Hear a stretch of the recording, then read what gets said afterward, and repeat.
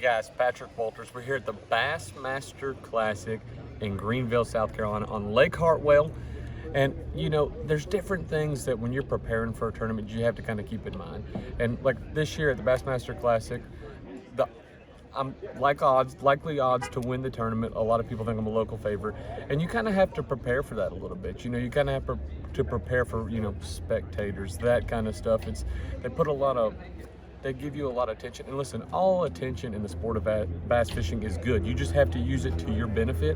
And the thing is, you just kind of have to prepare differently. You got to find multiple spots. You know, you might be able to catch them on one spot one day, and you're probably going to burn it. So you better burn it to the ground that day, because you might not be going back. But it's one thing you got to learn to kind of be prepared for. You know, don't let it catch you off guard. And that's kind of how you prepare for everything. You just, whatever you can control, and then just go from there. So looking forward to this classic, since, you know, it was scheduled a year ago or whatever, I been playing through my head like scenarios on the lake. And the thing about Lake Hartwell that helps me knowing the lake, I guess you'd say, is it's a great pattern lake. Like with it being the classic, or when you're a favorite in any tournament, but especially the classic, basically anywhere you fish is probably burned on each day. So that's what I've been kind of looking for fish that I'm not necessarily worried about the place. I'm just a style of fishing where I'm like, I can go all the way up this river and do it, or down to the dam, and kind of figuring out the different stages of the different parts of the lake, so that I don't have to be stuck in one area. I'm relying on one thing. If one area works for 3 days, that's great, but you want to have a backup plan just in case. And that's really looking how I've dealt with like what I think is going to be the added, not just pressure from people expecting you to do well, but pressure from boats following you around, boats potentially fishing some of the places after the day's over, you know, that you were fishing. So you kind of have to think about all that, especially in the classic. Going to a body of water, you can be considered a favorite, and you tack in a lake. You got to kind of not chase ghosts, fish the moment, especially in the springtime. You got to have an open mind. Memories can come back, and they can hold a tournament. You have to fish the moment, and really that's the best advice I can give anyone that goes anywhere. Fish the moment, pay attention what's in front of you, concentrate, control what you can control, fish to your best of your ability. You know, one of the things about coming into a tournament and being the favorite is, you know, you have to realize more than likely you're going to have, you know, especially in the classic, you're going to have a lot of people following you.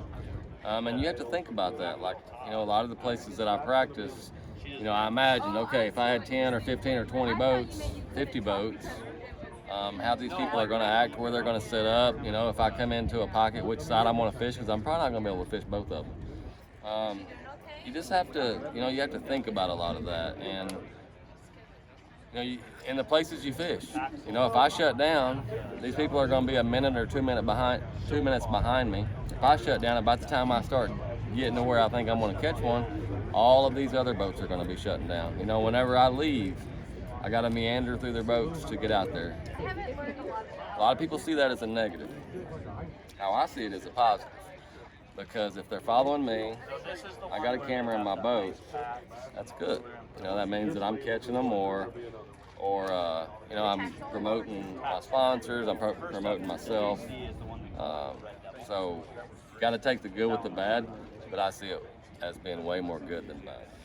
You know, I guess being one of the favorites here, you know, I get a question about if I would change anything about my thought process or the way I practice or anything. No, I would not. I'm going to tackle this tournament just like it's any other tournament. You know, we fish every tournament to win, and that's what you fish here for. Nobody really remembers seconds. So my thoughts are, you go out and try to catch the 5 biggest you can, or, you know, you have to still be in the classic. You know what I'm saying?